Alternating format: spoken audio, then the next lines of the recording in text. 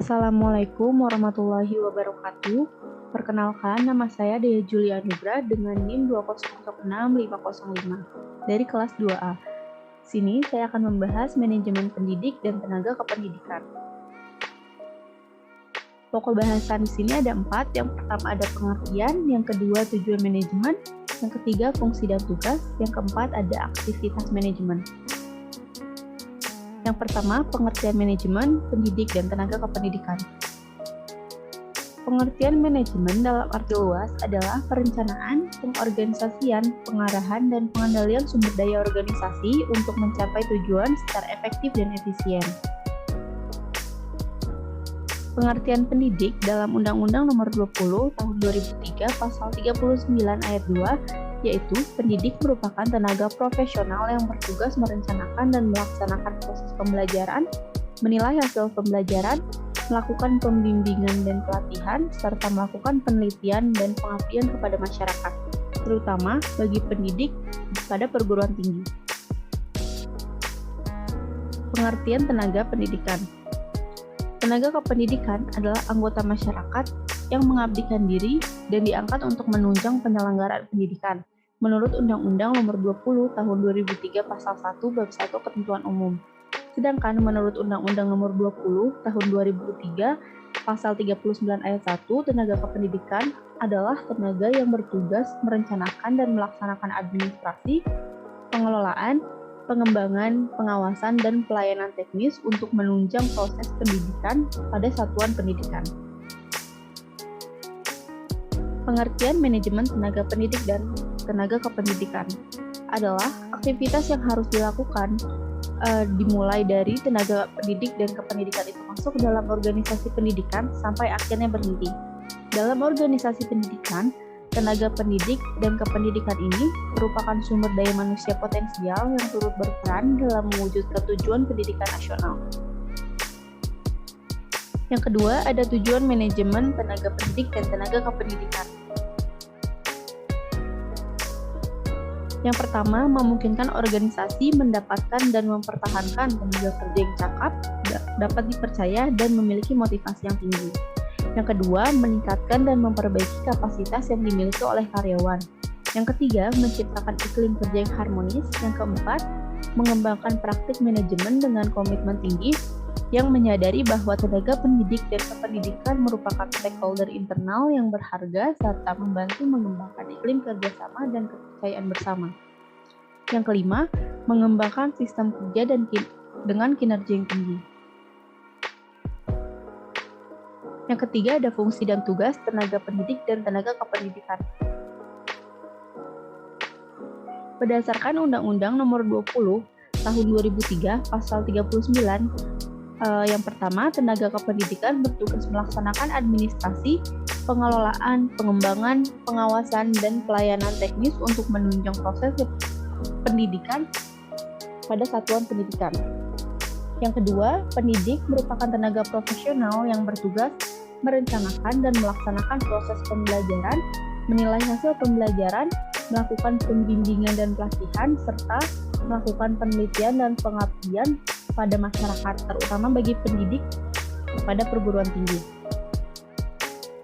Secara khusus, tugas dan fungsi tenaga pendidik, yaitu guru dan dosen, didasarkan pada Undang-Undang Nomor 14 Tahun 2007, yaitu sebagai agen pembelajaran untuk meningkatkan mutu pendidikan nasional, mengembangkan ilmu pengetahuan, teknologi, dan seni, serta pengabdi kepada masyarakat.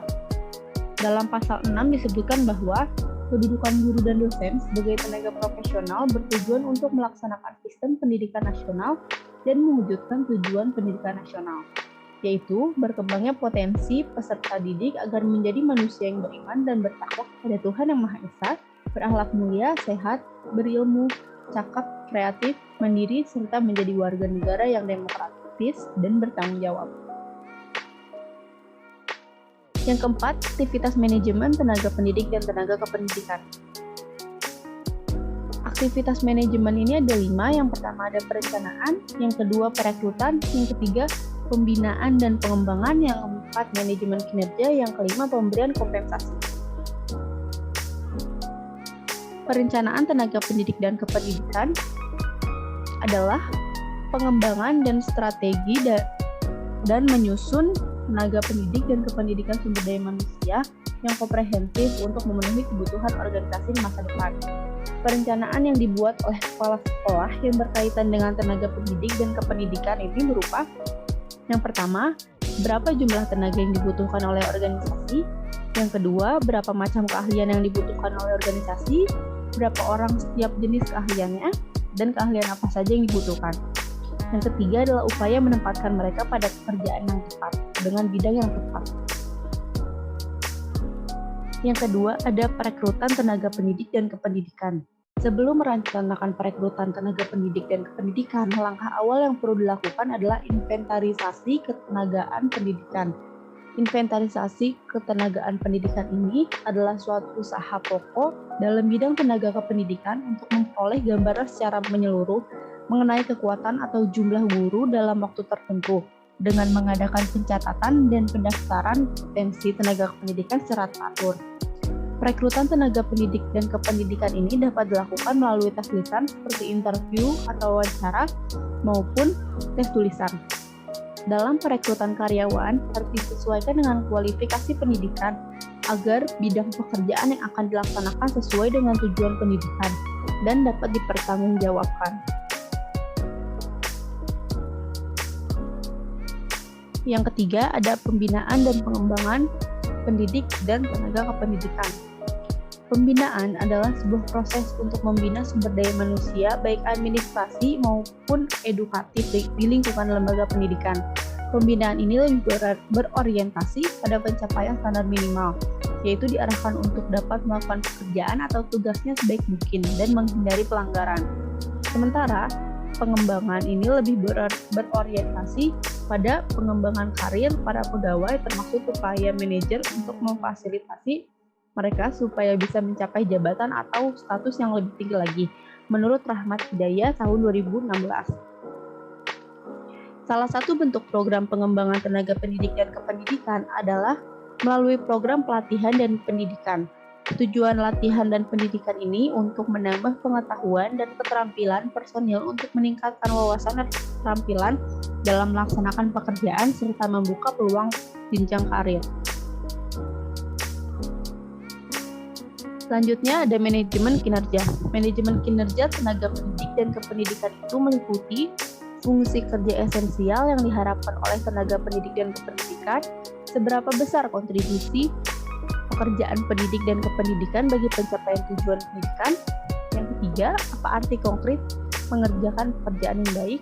Yang keempat, bagaimana tenaga kependidikan dan dinas bekerja sama untuk mempertahankan, memperbaiki, maupun mengembangkan kinerja yang ada sekarang. Yang kelima, bagaimana prestasi kerja akan diukur. Yang keenam, mengenali berbagai hambatan kerja dan menyingkirkannya. Yang terakhir ada pemberian kompensasi. Program kompensasi atau balas jasa umumnya bertujuan untuk kepentingan perusahaan, karyawan, dan pemerintah. Supaya tujuan tercapai dan memberikan kepuasan bagi semua pihak, hendaknya program pemberian kompensasi didasarkan pada prinsip adil dan wajar. Tujuan kompensasi ini antara lain adalah sebagai ikatan kerjasama, kepuasan kerja, pengadaan efektif, motivasi, stabilitas karyawan, serta disiplin karyawan. Sekian pemaparan materi yang dapat saya jelaskan, kurang lebihnya mohon maaf. Terima kasih.